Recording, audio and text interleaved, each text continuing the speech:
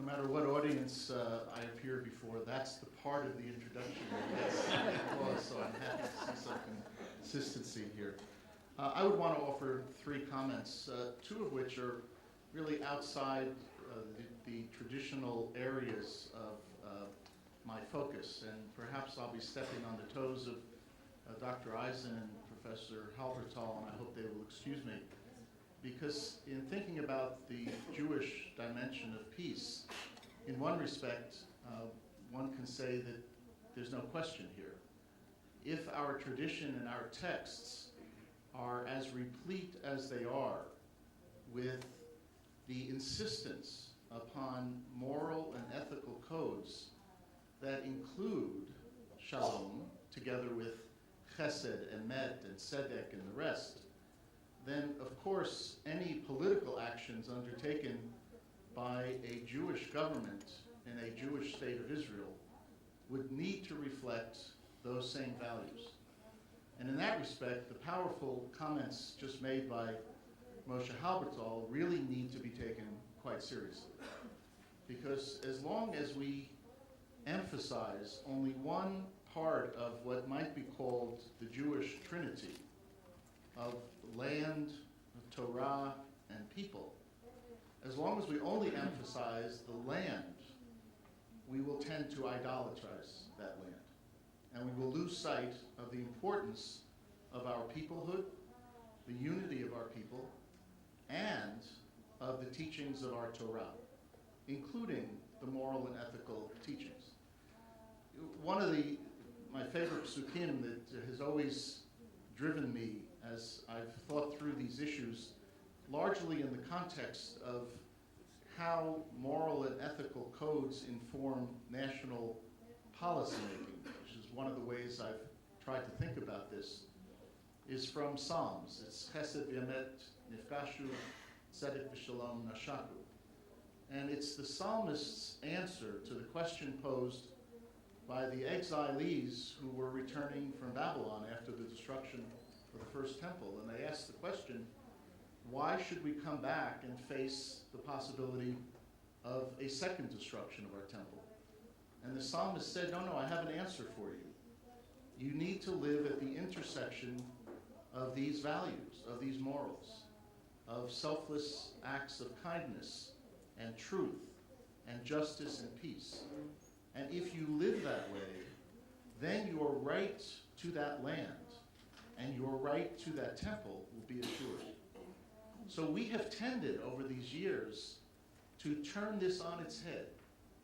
And if I could borrow part of what Moshe Halbertal said, we have tended to politicize religion. And we have tended to use religion to justify a particular political agenda. So the first comment I would offer is, of course there's a Jewish dimension to peace.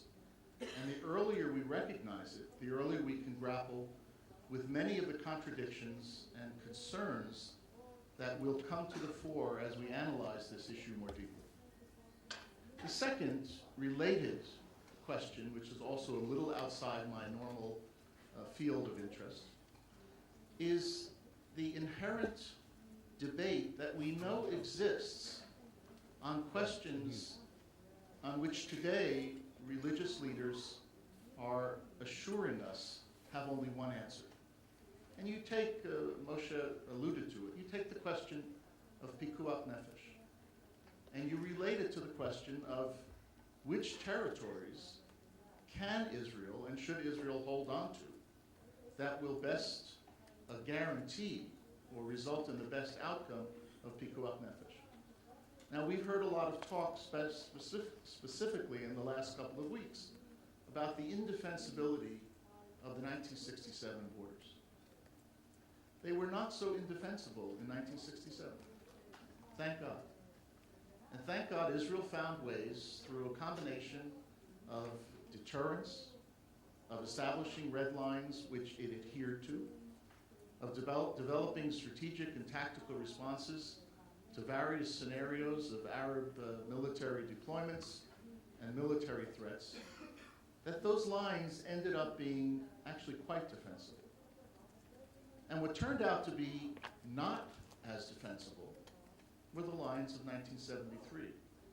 Lines behind which Israel argued offered strategic depth, offered the opportunity of changing a military doctrine in order to adapt Israeli forces to the possibility of having to respond to a first strike, in which the Bar-Lev line became a kind of tripwire that was supposed to allow Israel the time to marshal reserves and so forth. Now, there's a lot of reasons why that doctrine did not work. But the bottom line was that those lines, the expanded lines that Israel had in 1973, were actually far less defensible than the lines of 1967.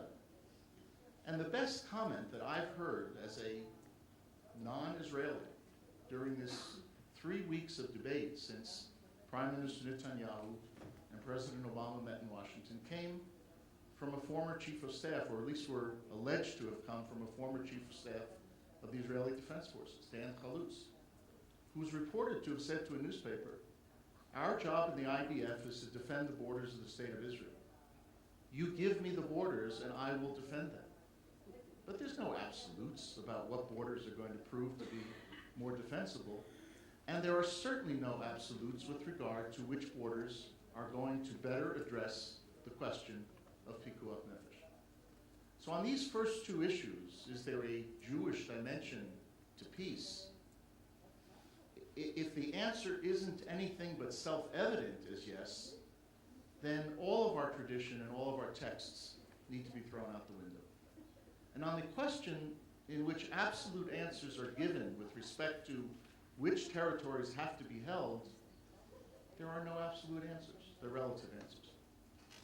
Now, my time has just run out, and I haven't answered the question that Chemi posed, so I will ask him for 1 minute grace. The question that Chemi asked me to address was, is there legitimacy to the diaspora having a view on these issues? I think the comments I've made on the first two aspects of the question make the answer to Chemi's question also self-evident.